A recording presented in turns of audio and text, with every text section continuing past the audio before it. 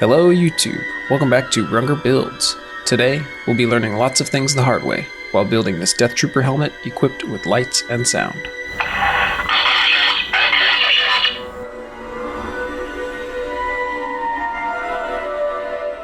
Alright, for starters, this is a paid file from the Galactic Armory. I will link it, as well as all the materials I used, down in the description below.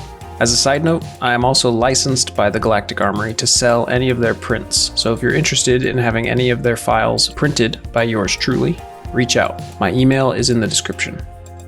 This was my first time putting together a helmet that was printed in multiple pieces. The Galactic Armory is really good about adding locator pins so that all the prints fit together really well. But because this was my first time working with a helmet assembled like this, I spent a lot of time dry fitting and sanding just to make sure everything fit well together. I probably went a bit overboard on this step, but because the face of this helmet has a bunch of flat surface area and hard angles, I wanted to be sure everything was crisp and clean. For the glue up, I mixed some 5-minute epoxy and spread it around the brim of the dome, and then added a couple dabs of super glue so that the pieces would have something to hold them together while the epoxy set. And for some added strength, while the epoxy was still curing, I used my plastic welder to add some staples to keep everything together. Alright, so you're going to see this wood bar a lot throughout this build video, and I just have to say, do not do this step. I thought I was being smart and giving the front of the helmet something to secure it so that those two mandibles would not spread apart or flex during all my filling and sanding, and I thought that I was drilling holes that would be covered by the other pieces at a later step, but if I had just double-checked the 3D model, I would have seen that this was a very bad idea. In the end, it worked great for stability and strength during the whole filling and sanding process, but it did cause me some problems later on down the line. Because I knew I'd be painting this helmet with a gloss black, I really wanted to be sure that the parts were as smooth as possible. So again, I definitely went overkill on the pre-sanding before filling. But with all these extra seams from the pieces that were all glued together, I really wanted to be sure that everything was clean. I broke out my trusty wood filler and began caking that stuff on, going extra heavy around the seams of all these pieces, since I knew that when it came time for sanding, I'd have to do a lot of feathering to make sure these seams were not noticeable. For the faceplate, I just used the wood filler on some problem areas, but didn't bother covering the whole thing, since I knew that filler primer would do a pretty good job here. And while all that dried, it was on to sanding my resin parts. I printed all these pieces at a 0.05mm layer height, so they didn't need much cleanup, but this neuroscanner did need a bit of touch-up so that the two pieces would fit flush together. After cleaning up the rough spots on my pieces left behind by the supports, I hit everything with 320 and 400 grit, just to remove any of the small, minute layer lines that were still visible. When it comes to these really rounded pieces, you're always going to end up with just a little bit of layer lines, but they're very easily removed with some 400 grit sandpaper. An hour or two later, it was time to start sanding the wood filler. I definitely caked up maybe a little too much wood filler than I actually needed to on this helmet, but because I knew the whole surface needed to be so smooth and glossy at the end, I really wanted to be sure that all my lines were completely filled in one pass. And so for me, doing an extra 30 minutes to an hour of sanding is worth it in the long run. Just a quick tip for anybody who's just starting out in prop building: learn to love sanding, because you're going to be doing it a lot. You'll get faster as you learn how much filler to apply, and as your hands get used to the technique, but you'll inevitably always be sanding on a project. There's no escaping it, so don't just accept that you'll be sanding. Love sanding. Relish in sanding. Find joy in sanding. Peace and comfort. Become sanding. For sanding is all you ever are and ever will be.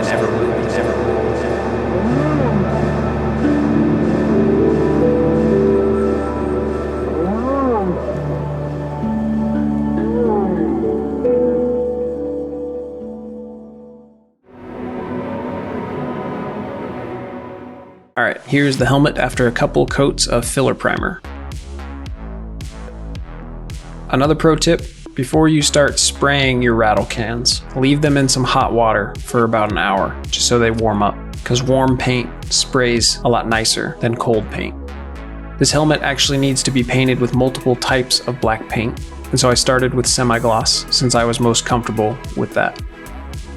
I've been spraying rattle cans for probably 20 years at this point, and I don't think I've ever gotten a gloss paint job that I'm happy with. So needless to say, I was pretty hesitant to start painting with this gloss enamel. I started spraying all the smaller pieces first with a quick tack coat, letting that dry for a couple minutes, and then coming back with probably 3 or 4 more coats of paint, with the final layer being a nice thick wet coat so that everything dried in a nice uniform glossy surface. Sadly, I didn't get any footage of these parts after they were dried, but they looked incredible, and I was feeling very confident going into painting the actual helmet. But as you'll see in a moment, my confidence was maybe a bit misplaced. I followed all the same steps with these bigger pieces, but for some reason the paint just didn't come out quite the same. I was pretty sure that I had spent plenty of time sanding, but maybe I could have spent a bit more time. I'm not exactly sure if it was the paint or a me problem. But as you can see here, there's a slight orange peely texture to everything, with small micro bubbles here or there. I'm not really sure if I'm being too picky here, or if this is just the best outcome I could have expected from a rattle can, but it just wasn't quite as nice as I would have liked. From a distance though, you really can't see any of these imperfections, and so even though I was toying with the idea of repainting, I decided not to, just in case I made the problem worse. So while the paint dried, I moved on to the electronics. This is the same light and sound module that I used in the box build from a couple weeks ago. Like I said in that video, I have no knowledge when it comes to programming Arduinos or things like that, and so for 20-25 bucks, this little thing comes in really handy. This neuroscanner file comes with the helmet, but I actually modified the file to house the buttons for the lights and the sound. In the original model, the scanner has what appears to be a button on the side, but it's not functional. And so using my very rough knowledge of Blender, I cut out the button and printed it separately, and actually added a second hole to the back of the scanner. I then did a couple more tweaks in Blender to make sure that these switches would fit nicely into the scanner. If I were building a full suit of armor for a cosplay or something like that, I probably would have ran these switches down into a glove, since that would ultimately be a bit more practical. But because I'm just planning on displaying this helmet on my shelf, I figured this was a good way to add just a little bit of pizzazz to the display. So this is where the scanner mounts to the helmet, and so right below it, I drilled a hole to run the wires, just being very gentle and working the drill bit up in size so that I didn't crack the resin. From there, I had to extend the wires so that they would route to the front of the helmet, where the voice box and battery pack would be. I also wired up a 5mm LED with a resistor. And thankfully, everything worked perfectly on the first try.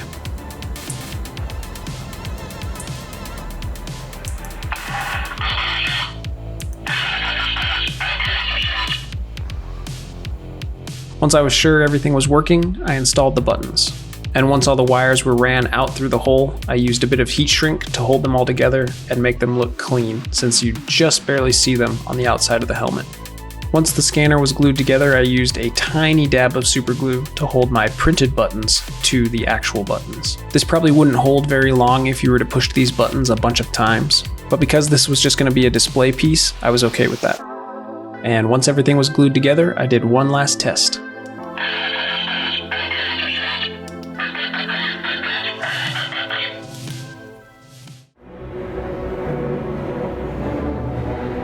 Okay, so the only pieces on this helmet that aren't painted some shade of black are these grill pieces at the very front of the helmet. To paint these, I used Vallejo's exhaust manifold in their metal color line. I did multiple layers of dry brushing until I was happy with the way everything was looking. And to finish everything off, I just lightly hit the very highest edges of the pieces with Vallejo's Duraluminum. Before beginning the next stage of painting on the helmet, I let both pieces sit in my paint booth for a total of 2 days. This was another nerve-wracking step because I was very worried that I was going to ruin the nice gloss finish with my masking tape. And in the end, there were a few spots that didn't peel up, but were still left with slight marks of this tape. So if anybody has any suggestions on what tape I should be using, I'm all ears. For these side vent pieces, I did the exact same process with my metal color paints. First with exhaust manifold, and then lightly brushing Duraluminum over the top. All these little divots get painted with a matte black, and because it's such tiny, delicate work, I opted to use a brush to paint them. Because it's necessary to maintain different levels of sheen on all these black pieces, I knew I would not be going over anything with a clear coat, and so to seal this paint, I mixed a little bit of matte Mod Podge in with the acrylic. Maybe a bit unnecessary, but I just wanted to make sure that this acrylic paint was sealed in some way. I also painted this matte black on the faceplate and the brim line on the dome of the helmet. Once the paint had dried, my brush strokes were pretty visible on these parts, and so I ended up sanding them down and then repainting them using my airbrush.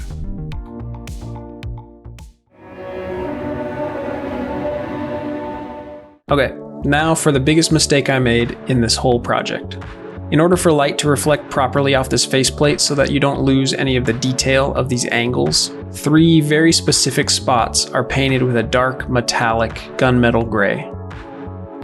What you're seeing on screen is the 501st Databank color reference guide. And as you see right here, it says Tamiya Metal Black TS40 is recommended. Now, I had never worked with Tamiya paints before, and as silly as this might sound, it didn't even occur to me to check whether or not these paints were enamel or lacquer. Somewhere in the back of my mind, I know that you're not supposed to cover enamel paints with lacquer paints, because the solvents in the lacquer eat away at the enamel. But like I said, this didn't even cross my mind during this whole process, and I really only discovered I had made a mistake in my paint selection after applying the paint. I think if I had applied the paint in even lighter passes than I already did, I may have been okay. But regardless, the lacquer did a bit of eating away at my enamels. For some reason, the right nose plate was not affected by the lacquer paint, and the lower left cheek area was also barely affected. But the enamel on the left nose piece was totally eaten away by the lacquer paint. I was a little upset by this, but because the only way to fix this problem was to resand and repaint, and I didn't exactly know how the new lacquer would affect the remnants of the enamel paint below it, I decided just to leave it and carry on. After accepting that the paint job was just not going to be perfect, I moved on to adding the grill pieces for the nose. This all went together very smoothly, and despite the fact that the nose had such a large imperfection, it was nice to see the helmet starting to take shape. But my excitement was quickly cut short as I realized that I had made another blunder that had heretofore gone unnoticed. As you can see here, I thought that these shrouds slid a bit further back than they actually did. And as I said much earlier in the video, I should have double-checked that 3D model because it would have told me everything I needed to know. And like with so many other things on this project, I moved forward not exactly knowing how I was going to fix this problem. I double-checked the placement of the neuroscanner and then drilled a hole for my wires. And after running the wires through the hole, glued the scanner in place. I then used a couple patches of Velcro to secure the audio and light module in place. And it was around that time that I decided I could use Milliput epoxy putty to fill the holes that the nails had left. I first used a little bit of the nail that had been in the hole in the first place as a backer, and then jammed some putty down into that hole, and used water and a rag to remove the excess putty. Once the putty was dry, I just dabbed it with a little bit of black paint, knowing that in weathering I could probably mostly hide these holes. I then installed EL panels on the front for the lights. I had initially planned for these panels to be turned on by the same switch on the scanner, but it ended up being easier just to use the battery pack that came with them, and I installed that on the inside of the helmet. I also had to cut the wires so that I could fit them through the holes on the front of the helmet, and once they were through the holes, I resoldered them together. For the side vents, I folded up some window screen that I had laying around. I did a couple layers so that the window screen would not be easily seen through. And here is a look inside the helmet. It's a bit sloppy, and if I had planned to wear this at a convention or something, I would have taken some extra steps here to make sure everything was secure. But in my case, some Velcro and electrical tape was all I needed.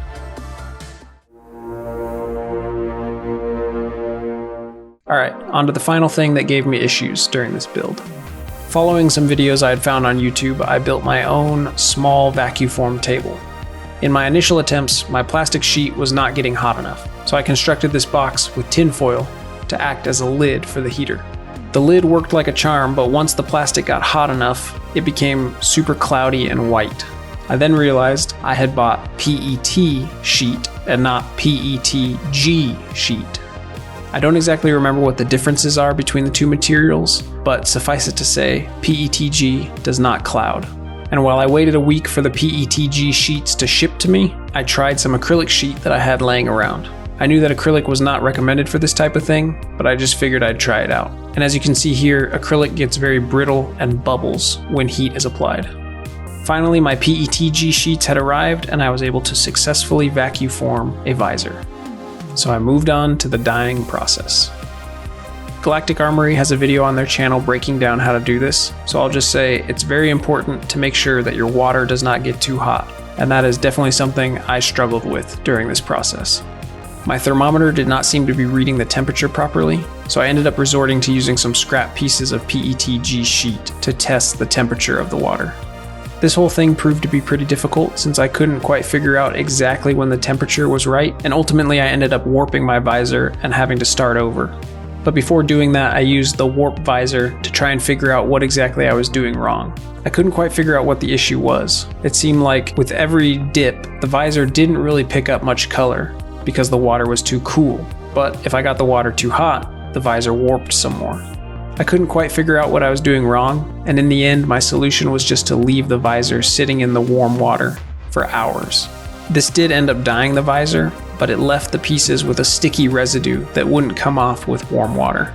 But like I've said a lot on this project, I just moved on, knowing that I could probably hide a bit of this imperfection with weathering.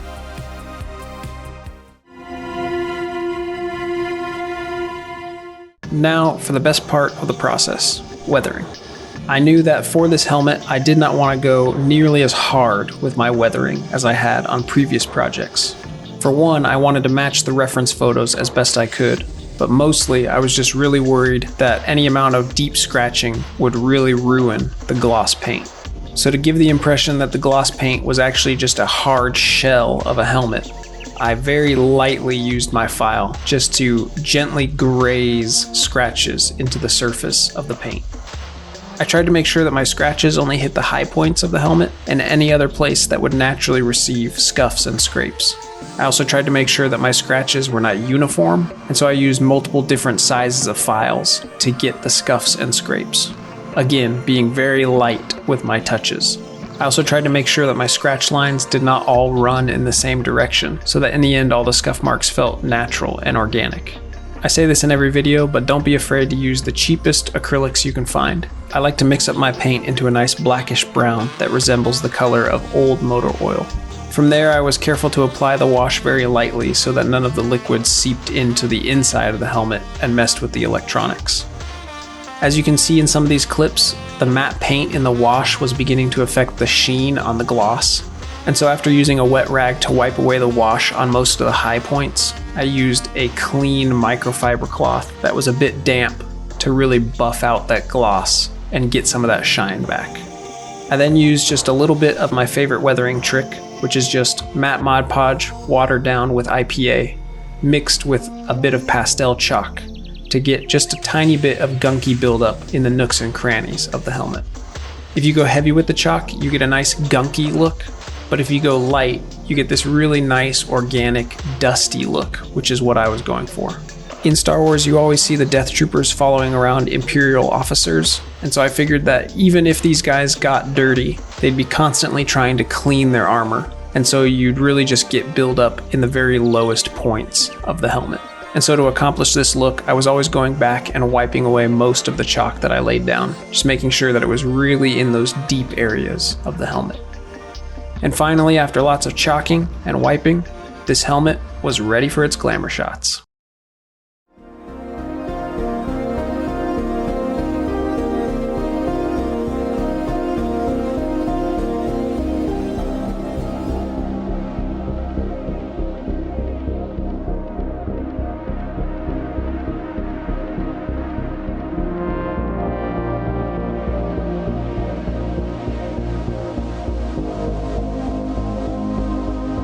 If you made it this far into the video, thank you very much for watching. If I'm being honest, I'm a little frustrated with myself that this took me 2 weeks instead of the planned 1, and it still didn't quite turn out exactly as perfect as I had hoped.